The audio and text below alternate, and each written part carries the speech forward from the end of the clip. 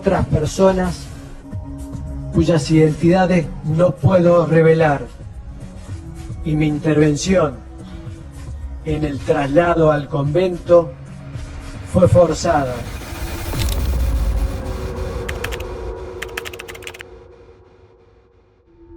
El hombre que ves en pantalla se llama José López y en ese momento estaba intentando esconder $9 millones que no le pertenecían, pero la cámara lo atrapó.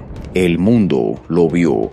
La corrupción detrás del secretario de Obras Públicas en Argentina quedó al desnudo frente a todos. López intentaba ocultar lo que nadie debería poseer: dinero que no era suyo, dinero del pueblo, un pueblo que paga impuestos, que confía en sus políticos para mejorar el país, para darle una vida digna a su gente. Pero la realidad es otra: contratos amañados, sobornos millonarios, obras públicas abandonadas y millones que desaparecen sin explicación. Esto no es ficción, esto no es un accidente, es la historia de cómo un hombre usó el dinero del pueblo para su propio beneficio y cómo fue atrapado en flagrancia.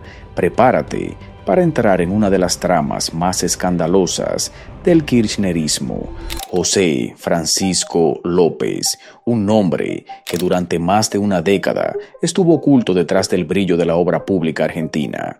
López fue uno de los funcionarios más influyentes del kirchnerismo, secretario de Obras Públicas desde mayo de 2003 hasta diciembre de 2015. Nacido en Santa Cruz y parte del círculo íntimo del presidente Néstor Kirchner, escaló posiciones con una velocidad que solo se explica por la confianza absoluta que el presidente depositó en él. Durante 12 años administró presupuestos millonarios. Era, en la práctica, el hombre que decidía qué empresa construía, quién ganaba un contrato y hacia dónde fluían los fondos del Estado. Bajo la órbita de Julio De Vido, se convirtió en la pieza central del sistema, el encargado de repartir, supervisar y mover el dinero de la obra pública. En el ambiente político, López mantenía un perfil aparentemente discreto. No llamaba la atención, no buscaba cámaras, pero su cercanía al poder era evidente. Tenía acceso, influencia y una estructura que lo blindaba. Y aunque los rumores de enriquecimiento circulaban, nunca pasaban de eso. Eran susurros que se perdían en la maquinaria del gobierno, hasta que todo explotó. La historia de José López tocó fondo en una escena que parecía sacada de un guión cinematográfico, pero era completamente real.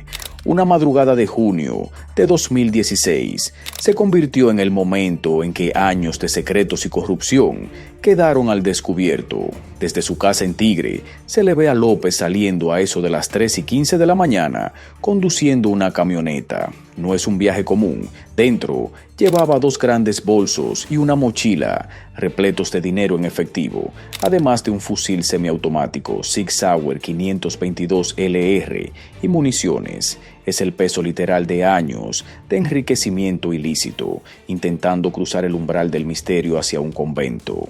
Ya para las 3:30 de la mañana, llega al monasterio de Nuestra Señora de Fátima en General Rodríguez. El convento, lugar de fe y retiro, recibe la inesperada visita.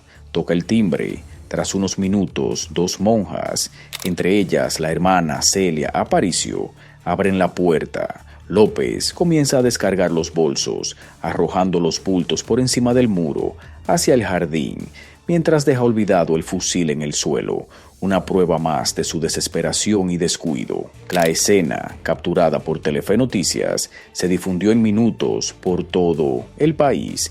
Mientras tanto, en el suelo permanece el arma, silenciosa testigo del intento fallido de ocultar los millones. Un vecino, horrorizado, llamó al 911, un exfuncionario, con bolsos llenos de dinero, frente a un convento de clausura.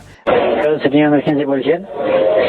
Mira, no me parar, ¿Qué está pasando ahí? hace como una hora para trabajar en un convento de monjas. ¿Cómo? Un convento de monjas. Sí. Se quieren para adentro y después la autorizó en la puerta. ¿Y un masculino saltó? Sí. La policía bonaerense llega en minutos. Desde el primer segundo, López intenta justificarse. Asegura que el dinero era para financiar obras del convento, pero nadie le cree. En ese mismo instante, López fue detenido en flagrancia al lado de su camioneta con los bolsos abiertos y a la vista de todos. El operativo expuso la magnitud del escándalo: $8.982.047, €153.610, miles de pesos y otras monedas, junto a relojes Rolex de alta gama y armas. La imagen de un alto funcionario arrojando bolsos de dinero frente a un convento se vuelve viral. Esa madrugada no solo marcó la detención de López, sino también la caída de su carrera y la exposición pública de un sistema de corrupción que había operado durante años sin control. El número final es de $8.982.047, $153.610, 59.114 pesos, 425 yuanes y algunos reales, que es una moneda, muy pocos, dos. La montaña de billetes encontrada en el convento no tenía ningún respaldo legal, ni uno solo de esos dólares aparecía en la declaración jurada de López. Un funcionario con su salario no podía, bajo ningún cálculo posible, acumular casi $9 millones. Según los papeles, José López era casi un funcionario de clase media. En su última declaración jurada, en 2015, aseguró no tener ni un solo dólar en efectivo, apenas un vehículo, algunas propiedades y nada más. Eso era, al menos, lo que mostraba sobre el papel, pero la realidad lo desmintió de la forma más brutal posible. Cuando fue detenido, el Estado le incautó una mansión en Tigre, en la zona de Dique Luján, además de un departamento de lujo en Recoleta. Y lo más impactante, los bolsos repletos con casi $9 millones en efectivo que intentó esconder aquella madrugada. Esa diferencia entre lo que decía ganar y lo que realmente poseía no era simplemente llamativa, era imposible de justificar. En total, López ingresó $8.982.047 en efectivo, además de otras divisas, la noche en que fue sorprendido. No existía sueldo, ahorro ni actividad paralela capaz de respaldar ese monto. Un peritaje de su declaración jurada confirmó lo obvio: no había declarado un solo billete, mientras que en la práctica intentaba ocultar casi 10 millones dentro de bolsos. El contraste era devastador.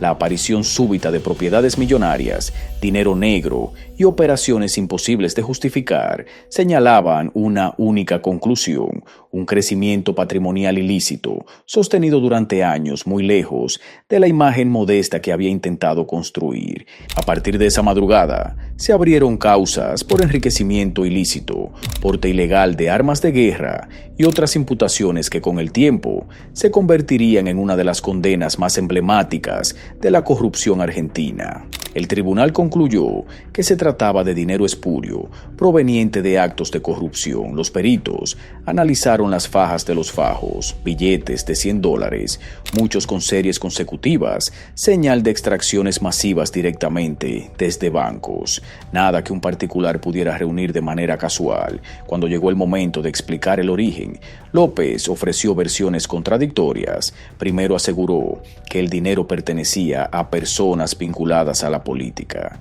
Después, ya detenido, declaró como arrepentido que los fondos le habían sido entregados por Fabián Gutiérrez, el secretario de Néstor Kirchner, y que el verdadero origen eran los sobornos manejados por Daniel Muñoz, el histórico testaferro de los Kirchner. Decir es que ese dinero no es mío. Y cuando antes señalé que es dinero de la política, es porque así me lo indicaron. Todas las hipótesis terminaron apuntando hacia el mismo lugar: la corrupción estructural de la obra pública. Testimonios lo señalaron como receptor directo de retornos pagados por empresarios viales. Lo que no pudo establecerse con certeza fue quién, específicamente, alimentó esos bolsos. La obra pública, durante el kirchnerismo, se convirtió en un terreno fértil para la corrupción, sobre precios descomunales y obras viales que se presupuestaban una y otra vez sin explicación. Vialidad de Santa Cruz fue uno de los ejemplos más evidentes. Constructoras que pagaban retornos que iban del 3% al 20% del valor total de cada obra. Según exfuncionarios y empresarios, existía incluso una camarita, un grupo de empresas cartelizadas que decidía, antes de cualquier licitación, quién ganaría cada contrato. En la práctica, los contratos terminaban en manos de empresas amigas, como las de Lázaro Báez, Skanska o Techint, a cambio de coimas. Las obras se estiraban, se multiplicaban los costos y los controles brillaban por su ausencia. Los empresarios confesaron haber pagado anticipos millonarios sin justificación alguna. También admitieron que recibían certificados de obra inflados para compensar los sobornos. En ese sistema de despido silencioso, José López ocupaba un rol central. Su cargo era la llave para acceder a los contratos más lucrativos. En junio de 2019, un tribunal oral federal dictó sentencia, 6 años de prisión por enriquecimiento ilícito, la pena máxima para ese delito, orden de decomisar la totalidad del dinero secuestrado y donarlo a hospitales infantiles, inhabilitación perpetua para ejercer cargos públicos y una multa del 60% del monto enriquecido. Años después, en 2023, la Corte Suprema dejó firme la condena, que terminó fijada en 7 años y medio de prisión, 6 años y medio por enriquecimiento y 1 por el arma militar que llevaba aquella noche. La justicia también avanzó sobre su entorno. Su esposa, María Amalia Díaz, recibió 2 años de prisión en suspenso como partícipe secundaria. Empresarios asociados, Galera, Gutiérrez, Yanni, obtuvieron penas menores o fueron absueltos por falta de pruebas suficientes. La hermana, Celia Aparicio, la monja que recibió los bolsos, fue sobreseída. No se demostró intención criminal. Pero a pesar de que la monja Celia Aparicio fue absuelta del caso, la imagen del convento quedó marcada y expuesta al debate público.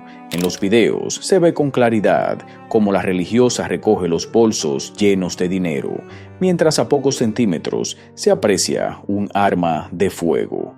Esto generó una pregunta inevitable. ¿Fue parte del plan o, como ella sostiene, realmente no sabía lo que estaba ocurriendo? El escándalo dejó al descubierto fallas profundas del sistema, controles débiles, auditorías ineficaces y contratos diseñados para permitir desvíos sin consecuencias. Pero sobre todo, demostró algo que siempre se intenta ocultar: la corrupción no es un concepto abstracto. Tiene un impacto real. Cada peso enterrado en aquel convento fue un peso que faltó en las escuelas, en los hospitales, en las rutas y en los servicios más básicos. Fue un golpe directo a la gente que sí paga la factura. Y si este caso te sorprende, imagina lo que ocurre cuando la corrupción escala a niveles internacionales. En mi video anterior, el magnate que estafó a un país entero, la caída de Villa Aymalia, te muestro cómo un solo hombre logró poner de rodillas a un país entero con una estafa monumental.